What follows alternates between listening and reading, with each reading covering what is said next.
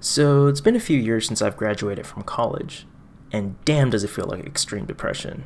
Being an adult may be the dumbest thing I've ever done. But I am making money now, and that's a relief. And while my first job out of college did slowly crush my soul, I'll have you know that I actually kind of like my job right now. And I especially like my job when I'm on vacation. So, here are 5 things I wish I knew before working a 9 to 5 in tech. Number 1, money doesn't guarantee happiness. Oh, I thought this video would be different. Another one of those guys saying the same thing. Let me explain.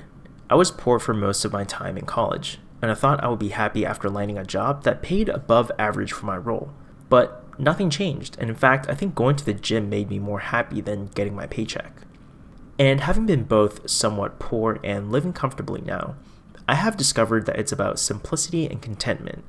The reason why so many people say more money, more problems is because we complicate our working years with investments, expectations, and spending. Right now, as I'm trying to build wealth, it is stressful, and I do miss the days I've lived paycheck to paycheck.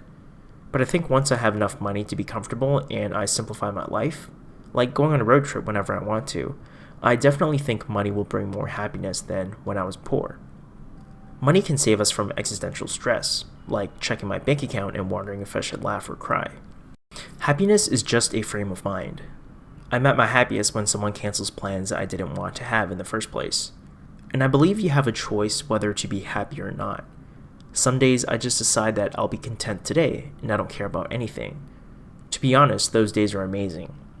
The reason why we're unhappy with money is that we're comparing our lives, and mostly compensation, with others. But if you look at the positive side, social media encourages you to increase your wealth and potentially give you a great retirement. You have a choice to stop when you feel like it's not worth it. Number 2, the easy road ends up being the most difficult. When something seems too good to be true, it usually is. Free things are never free. And as one of my mentors would say, if you tell me quick and easy, I think long and difficult.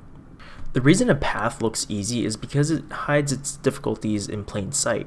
And you choose the easy road because you didn't want to take the time to really understand what it was you were looking at. Sometimes we do this by accident, and sometimes we do it on purpose. But the lesson is that the easy road is rarely easy. In fact, it usually ends up being more difficult than if you had just done things the right way from the beginning. Instead, here are some examples of hard choices you'll need to make in your life. Would you rather keep scrolling on YouTube or save your job?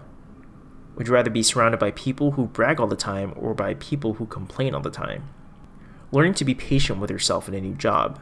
Some people have a hard time delaying gratification or giving up healthy habits too quickly if they don't see immediate results. Stop sweating the small stuff. For example, a disagreement with your manager probably won't matter in 5 years. Stop comparing yourself to others and don't worry too much about what others think of you. And just be happy as long as you're doing the work to improve yourself. Our minds are geared to greedily want what is comfortable. If you're trying to improve yourself, eat better, lose weight, all of those goals are, yes, good for you, but your mind doesn't want any part in doing anything different. Our brain will do everything it can to create resistance and obstacles to keep you from making major life changes. That is why they are hard choices for most people. Some people are naturally transformative, so big changes aren't as challenging for them. However, most people just aren't like that. Number 3, be careful who you seek advice from. Because most people will give you advice that validates their own life choices. Most people know the truth, but they live in denial. I think it's always better to ask for experience than advice. Advice is subjective and not enough context to learn from. Ask who, what, when, where, and why. Then you can make a decision on how to proceed.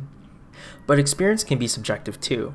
Heraclitus once said, "No man passes through the same river twice. For when he passes through it again, he's not the same man, and it is not the same river." I think this works tenfold when we are talking of entirely different people. The experience is never the same, and more importantly, people are not the same. So in that case, maybe seek perspective. Perspective is super cool because nobody is actually telling you what you should do or how you should do it, but instead they're giving you an opinion on the situation, as in their perspective on their experiences, so that you can draw from that and make your own decision. Also, perspective is great because you can ask as many people as you like, and even if people contradict it, it will give you more time to think about it. Next time, try asking for advice from happy people and not unhappy people. In my own personal and subjective experience, unhappy people tend to justify their choices, while happy people will admit their mistakes and tell you what they changed. Number 4, you learn more from pain than you do from pleasure. As they say, one line a day keeps the pain away. Remember the quote, no pain, no gain? Success may bring you happiness and peace, but it will always be a bad teacher. But failure may bring you pain, and it'll always be a good teacher.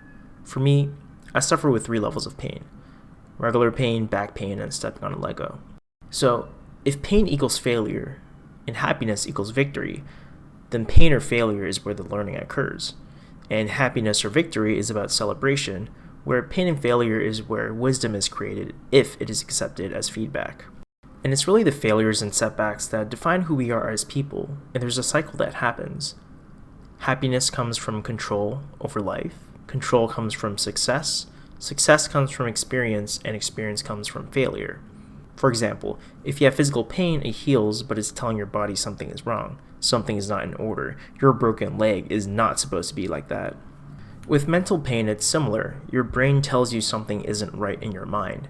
But sadly, you can't wait for your insecurities or suffering because you're being abused to heal.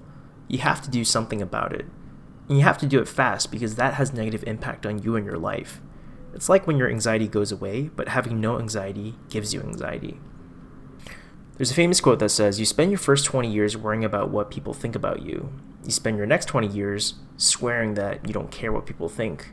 And you spend the next 20 years realizing that they weren't thinking about you at all. For me, the lessons that have been the toughest and most painful are so because they destroyed how I saw myself and how I saw the world. Life lessons slowly show us that we can only really count on ourselves, and what we thought was so important never was and never will be.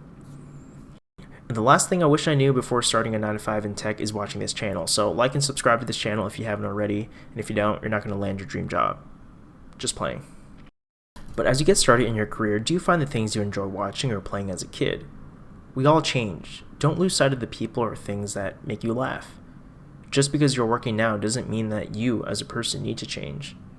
Sometimes we spend so much time watching out what's ahead of us, we don't take the time to enjoy who we are. Thank you all so much for watching, and until next time, be human.